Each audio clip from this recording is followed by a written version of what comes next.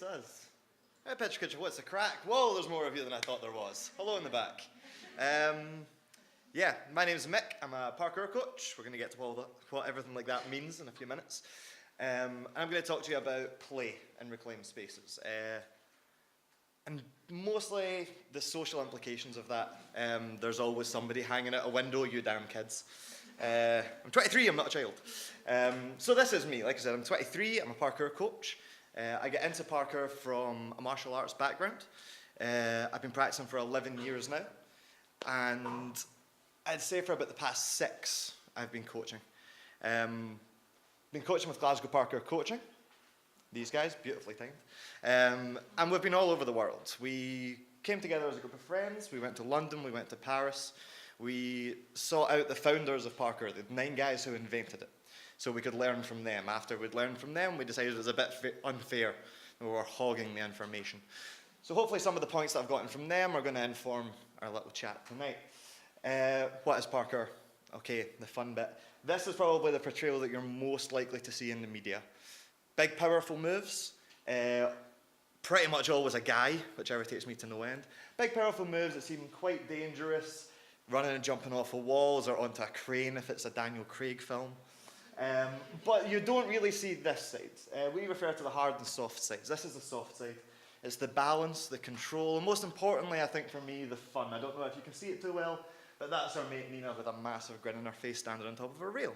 And it's the fun side of it, the play, that's massively important for us. There is another aspect. Those are the 2 main ones, but we've got another preoccupation, and that is with exploration. Here, yes, it's guys working out and warming up before a session. We also see them straight away. They're using the space in an unusual way. How many other people have experienced this environment on their hands and feet on the thin wall? Pretty much none.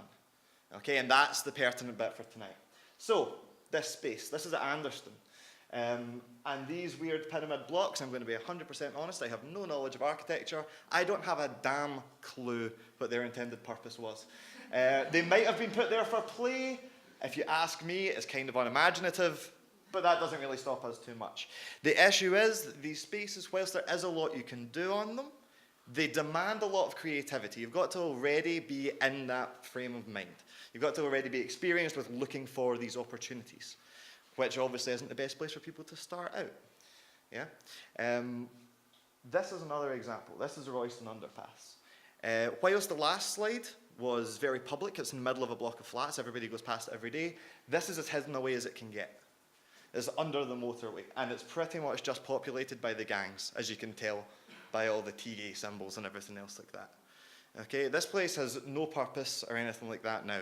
When people move into it and start to use it, you can see that it comes alive with the opportunities and the purpose that it once had. Nobody really knows what it is. I'm sure it's a massive space, but it's been hidden away. If its purpose was important, why did they hide it up behind the Royal Infirmary?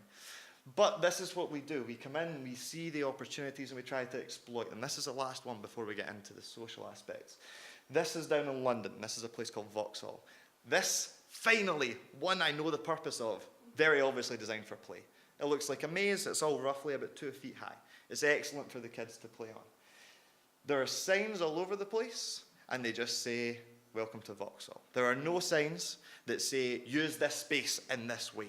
Okay, so we feel entirely free and entirely justified using this space in slightly controversial and more unusual ways, like this, running and jumping. Okay, nobody has ever said you're not allowed to use this space if you're over 12. You're not allowed to use it if you're a girl, if you come down from Glasgow to do this. Or at least they hadn't until about 6 months ago. No free runners. Ah, we annoyed someone. But this is the point. The entire space was clearly invented and put up and orchestrated to be free for play. Unless somebody dislikes how you play, in which case, no, that doesn't fit in with my worldview. We're going to stop it. We're going to put up a sign. Because this is generally speaking what people think of when they see you using space in an unusual way. Except maybe the gardeners. Guerrilla gardening, a little bit less intimidating.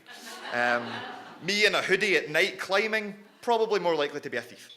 But this says a lot more about the social implications of play in general. You know, it is inherently, seemingly, a socially intimidating thing. Except maybe in Glasgow, where we've got a very different experience. We were taken here by a resident of the flats, who pretty much seen us training, a couple of streets along and went, you guys are going to love this. And brought us along and literally gave us a cup of tea. Literally gave us a cup of tea and that blank canvas and just said, knock yourselves out, this is going to be cool. And they were all watching out the windows. The same as up at Glasgow Uni. Now, this is one of the original places that Parker in Glasgow took hold. So we've been there for 11 years, 12 years. And initially, we had quite a rocky relationship with the security guards, but no longer. They know us by name, they know we're not breaking anything, and we've worked to build that environment there. And it's this environment that we want to get back to. All over the place, in every space, not just in pickpockets and little hot pockets of activity like Glasgow Uni, but this. Entirely free in an open space where anybody is free to work in whatever way they want in the space, to interpret it however they want. Now that is happening. You can see here, this is somebody's garden and nobody's out shouting. This is Robbie, he's cool. Nobody's out shouting, but it's very much a spectator activity. The rest of these guys, they're not participating, they're just watching him going, oh man, that's really cool. And you hear it all the time, the children, Mum, look at what he's doing. Not, Mum, can I try and do that? And it's that we're trying to get to. The only problem is when people see that, they say, oh, well, we'll give them their own space. We'll be very supportive. And they totally stifle any nature of creativity that was involved. They throw so many opportunities at you with this kind of, built-for-purpose park that you can't think up any of your own. It's all already been done. There's no creativity. So we need to nurture that creativity. And the best way to do that is to make these spaces available. And like we said, get the social structure in place that it's okay to play, and it's fine, and I'm probably not going to knife you for your wallet on your way past. I've been Mick McKeen, Glasgow Parker coaching. I jump off of things for money, I try not to fall down, and I know nothing about architecture, so thank you very much.